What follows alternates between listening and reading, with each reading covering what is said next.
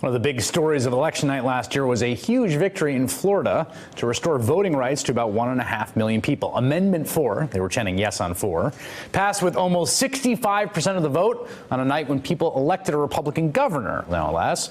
Now, quietly, Republicans in the Florida House are trying to gut passage of that amendment, or at least one of its sort of key and central provisions. They passed a bill out of committee that would require payment of all court costs and fines before those who've been reenfranchised felons can get their voting rights back. Critics call it a modern-day poll tax. Desmond Meade was one of the organizers of the campaign to pass Amendment 4. He himself, former felon, but has since received a law degree, now advocates for voting rights and civic engagement. And he joins me tonight. Mr. Meade, what do you think about this legislation? Describe to me what it would do. Chris, thank you so much for having me back on your show. I think first and foremost, what we're seeing is a select group of politicians that have shown that they've had little to no regard for the will of Florida voters, many of whom are even in their own district. And we've also seen these same politicians that have really thumbed their nose at our judicial system. So you put together a sort of amazing bipartisan coalition. This was something that had to be, if you pass something by 65%. There are Republicans working on this and liberals and conservatives, black and white. Why is this happening? Who are the politicians, and what is your understanding of what they're trying to do?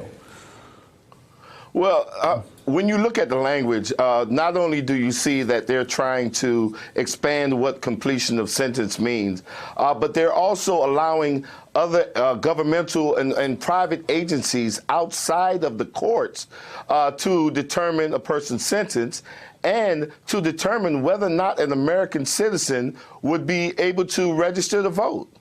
So that means that this legislation that's being considered in committee, the amendment says that someone gets their voting rights back when completing the sentence. And they're saying completing the sentence means paying back fines. What else?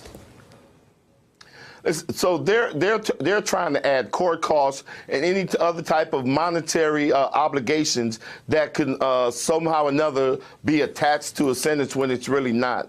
You know, at its core, you know, what we're looking at is that we went through a phase where when we submitted that language before our Florida Supreme Court, and with a unanimous opinion, the Florida Supreme Court agreed that our language was clear, it was not ambiguous, it was not misleading to the voters, and that the voters knew exactly what they were voting for, which was once a person completes term of incarceration, terms of probation, and in a case where a judge orders restitution, pays restitution, their sentence is complete. What these specific legislators are trying to do is to try to add on top of what Florida voters have already agreed on. So that's already, sorry, I just want to make sure. Yeah, so that's already, that meaning of what Amendment 4 means, which is incarceration, probation, and restitution. That is set and understood as the term, and they are now trying to tack atop that other fees and fines.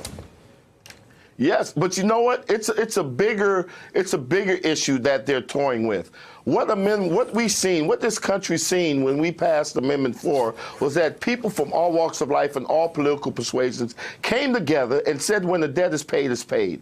They came together and they gave us over 5.1 million votes of love, and we did it without engaging in partisan politics. What this world seen was that how much we can accomplish when politicians keep their hands out of the people's business. Now that what they're doing is they're trying to drag this momentous win. They're trying to drag this moment where we brought people together, this unifying moment where people from all walks of life and political persuasions came together, and they're trying to divide us along some partisan lines. And that is totally unacceptable. To me, that's unpatriotic, that's undemocratic, because the people have already spoken, the courts have already spoken, and they should not be engaging in legislative overreach, right, to try to thwart the will of the people or thumb their noses at the courts. Final question for you. Since it passed out of committee, now I imagine it matters what the state legislative leadership and the governor make of it. Have they given indications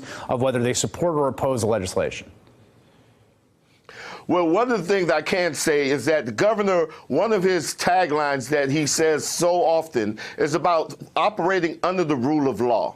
You know, and I do believe that if folks would just operate under the rule of law and respect the decisions of the courts and respect the will of its voters, that everything will be okay. I don't believe that every legislature out there is seeking to harm people, because at the heart of all of this, we're talking about people's lives. Yeah. You know, they had elections here in Jacksonville the other day, and to hear the stories of people who haven't voted in 20, 30 years with tears rolling down their eyes, feeling like they're an American citizen again, to have a select group of politicians try to thwart that, you know, it's a shame. It really is. And we're expecting leadership in our Senate and in our House and in the governor's mansion to stand up and speak out against that and tell these select group of legislatures that they must respect the will of the voters, because at the end of the day, it's our will that counts more than their own personal agenda. All right, Desmond Meade, one of the co-founders of Amendment 4 Push, the successful Amendment 4 Push. Thanks for your time.